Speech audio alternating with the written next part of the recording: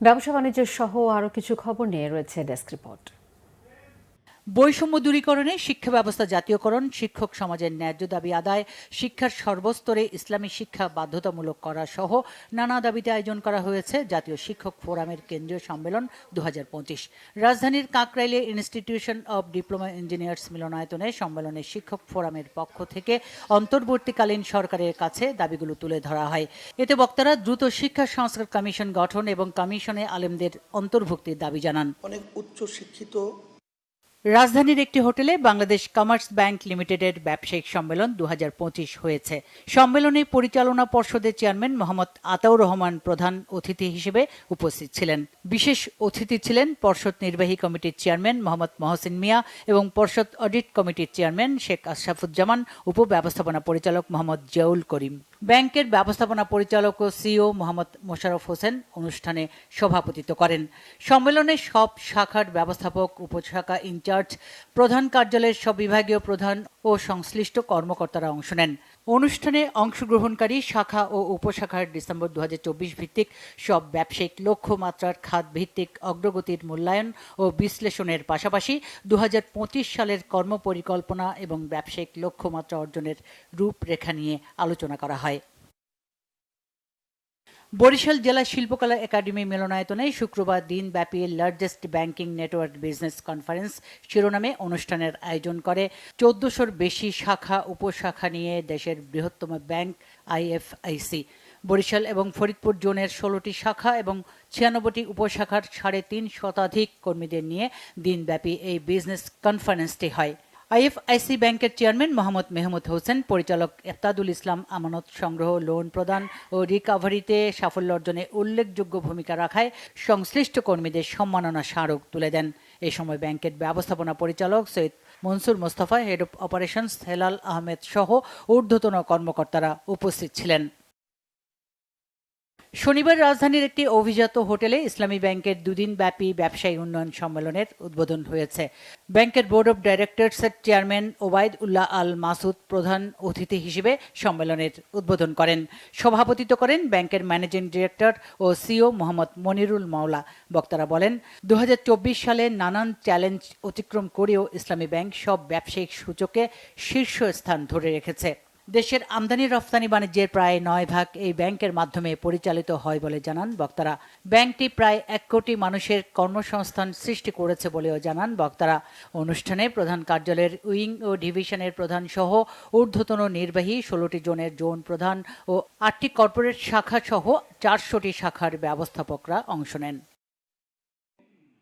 বাংলাদেশের tech giant এবং সেরা ব্র্যান্ড ওয়ালটনের ডিস্ট্রিবিউটর নেটওয়ার্কের আয়োজনে হয়ে গেল পার্টনার্স টুগেদার 2025 শীর্ষক সম্মেলন।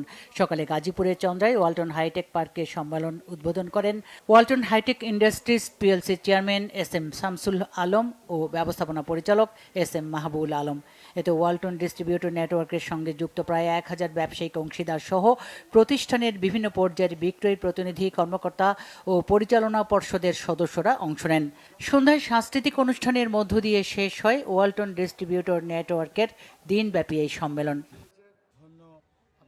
আমিরে হেফাজত আল্লামা মহিবুল্লাহ বাবুনগরী বলেছেন, যারা দেশে ইসলামী বিধান প্রতিষ্ঠার কাজ করছেন, হেফাজতে ইসলাম তাদের সাথে আছে। জামায়াতে ইসলামীকে তিনি ইসলামী দল বলে মনে করেন না বলেও জানান। আমিরে হেফাজত আল্লামা মহিবুল্লাহ বাবুনগরী রাতে কক্সবাজার প্রেস ক্লাব পরিদর্শনকালে একথা বলেন। দাবি দিবস উপলক্ষে রাজধানীতে জাতীয় প্রেস ক্লাবের সামনে নির্মাণ শ্রমিকদের 12 দফা দাবিতে সমাবেশ করেছে ইমারত নির্মাণ শ্রমিক ইউনিয়ন। এতে সভাপতিত্ব করেন সংগঠনের সভাপতি মোহাম্মদ রবিউল ইসলাম। সমাবেশে বক্তব্য রাখেন শ্রমিক দলের সভাপতি মোহাম্মদ আনোয়ার হোসেন সহ অনেকে। আইএলও কনভেনশন 2021 অনুযায়ী শ্রমিকদের সুযোগ সুবিধা দেওয়ার দাবি জানান বক্তারা। মিডিয়াকম ব্যাডমিন্টন টুর্নামেন্ট 2025-এর চ্যাম্পিয়ন হল সংবাদ ভিত্তিক টিভি চ্যানেল নিউজ 24। গুলশান 2-এ দেশের শীর্ষস্থানীয় বিজ্ঞাপনী সংস্থা মিডিয়াকম লিমিটেডের আয়োজনে সংস্থাটির নিজস্ব চত্বরে টুর্নামেন্টের ফাইনাল খেলায় বাংলাদেশ প্রতিদিনকে হারিয়ে শিরোপা জয় করে প্রতিষ্ঠানটি। ফাইনাল খেলা শেষে চ্যাম্পিয়ন নিউজ 24-এর 2 খেলোয়াড় নূরে আলম সিদ্দিকী এবং ফায়াজের হাতে ট্রফি তুলে দেন মিডিয়াকম লিমিটেডের ব্যবস্থাপনা পরিচালক এবং অ্যাডকোর সভাপতি অঞ্জন চৌধুরী। উপস্থিত ছিলেন মিডিয়াকম লিমিটেডের প্রধান নির্বাহী কর্মকর্তা অজয় কুমার কুণ্ডু সহ এসকর গ্রুপের ঊর্ধ্বতন কর্মকর্তারা। সংবাদপত্র, টেলিভিশন চ্যানেল, অনলাইন সংবাদ মাধ্যম, রেডিও সহ বিভিন্ন মাধ্যমের 33টি প্রতিষ্ঠান থেকে একটি করে দল মোট 67টি ম্যাচে টুর্নামেন্টটিতে প্রতিদ্বন্দ্বিতা করে। রাজধানীতে সংবাদ সম্মেলন করেছে delta health care Rampura limited. নিরপরাধ এক চিকিৎসক সহ 2 কর্মকর্তা 2 নিরাপত্তা প্রহরীকে হত্যা মামলার আসামি করে কারাগারে পাঠানোর প্রতিবাদে এই সংবাদ সম্মেলন করেন ডেল্টা হেলথ কেয়ার রামপুরা লিমিটেডের পরিচালক অধ্যাপক ডাক্তার মোহাম্মদ সাইফুল ইসলাম। তিনি জানান, গত বছরের 19 জুলাই প্রতিষ্ঠানের সামনে এক পথচারী গুলিবিদ্ধ হয়ে নিহতের ঘটনায় গতকাল সন্ধ্যায় জিজ্ঞাসাবাদের নামে তাদের হাতিরঝিল থানায় নিয়ে যাওয়া হয়।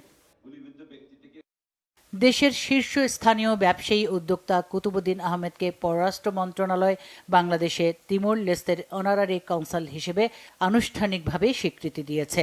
রাষ্ট্রীয় অতিথি ভবন মেঘনায় মন্ত্রণালয়ের chief of protocol Khandaker Masudul Alam Kutubuddin আহমেদের কাছে এই সংক্রান্ত একটি আনুষ্ঠানিক চিঠি হস্তান্তর করা হয়। এর আগে তিমুর লেস্তের সরকার বাংলাদেশে কুতুবুদ্দিন আহমেদকে তাদের অনারারি কাউন্সিল হিসেবে নিয়োগ দেয়। Bangla vision news desk.